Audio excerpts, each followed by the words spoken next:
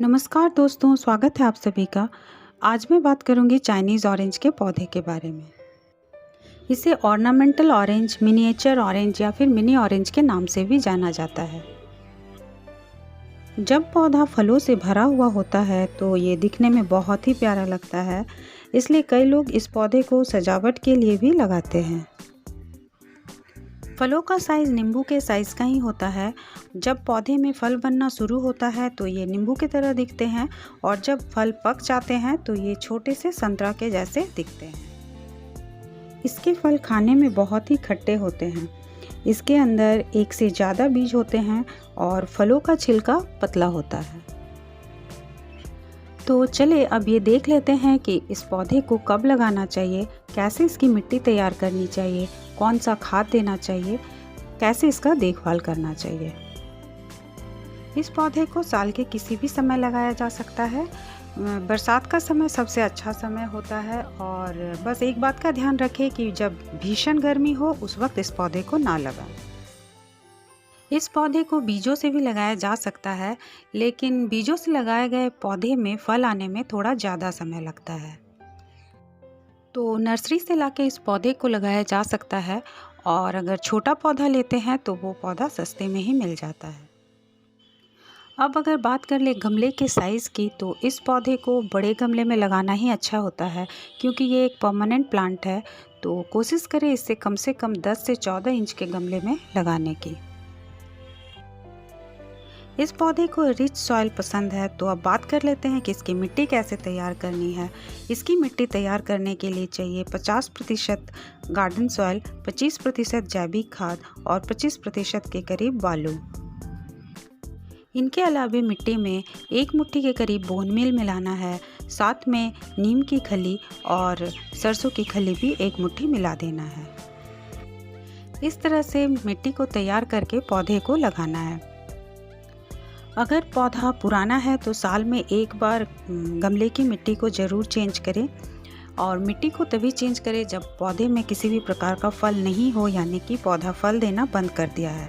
जब पौधे में फूल या फल रहे उस अवस्था में मिट्टी परिवर्तन ना करें या फिर किसी भी तरह के केमिकल खाद का भी प्रयोग ना करें। अब बात कर लेते हैं फर्टिलाइज़र की। तो इस पौधे को लगाने के 3 महीने के बाद फर्टिलाइज़र देना शुरू करें। तो फर्टिलाइज़र के तौर पर इस पौधे को महीने में एक बार गोबर की खाद 1 मुट्ठी के करीब दें।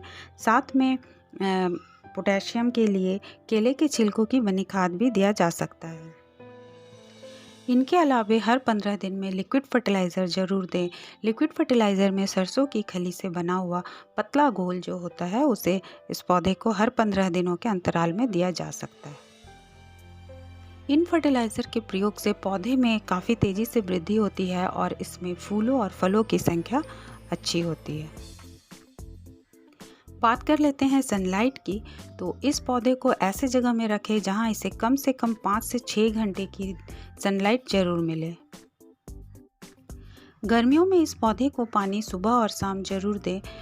सर्दियों में मिट्टी को चेक करके ही पानी दें। जब मिट्टी का टॉप सॉइल सूखने लगे तभी इसमें पानी दें। ओवर वाटरिंग से बचें। ज़्यादा पानी की मात्रा से पौधे की जो पत्तियां हैं वो पीली होकर नीचे गिरने लगती हैं।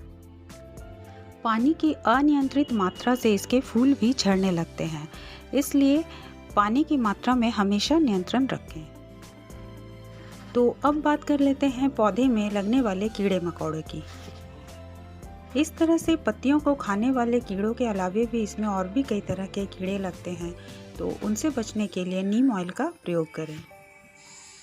5 ml नीम ऑयल का लेकर 1 लीटर पानी में मिलाना है और फिर उसको पूरे पौधे में अच्छे से स्प्रे करना है। अगर पौधे में कीड़े लग चुके हैं तो पहले सप्ताह में 2 बार स्प्रे करें और फिर सप्ताह में 1 बार स्प्रे करने से काम चल जाता है। तो इस तरह से पौधे को अगर वेल ड्रेन्ड मिट्टी में लगाया जाए, समय समय पर खाद और पानी दिया जाए और अगर पौधे को सही मात्रा में धूप मिले तो इसमें ढेर सारे फल और फूल आते हैं और जब पौधा फलों से भरा हुआ होता है तो देखने में बहुत ही खूबसूरत लगता है। तो उम्मीद है दोस्तों मिनी ऑरेंज के पौधे से जुड़ी हुई ये जानकारियाँ आपको अच्छी लगी होंगी। अगर अच्छी लगी हैं तो चैनल को सब्सक्राइब कर लें और वीडियो को लाइक और शेयर करना ना भूलें। मिलते हैं किसी और वीडियो में किसी और टॉपिक के साथ, और इस वीडियो को अंत तक देखने के लिए धन्यवाद।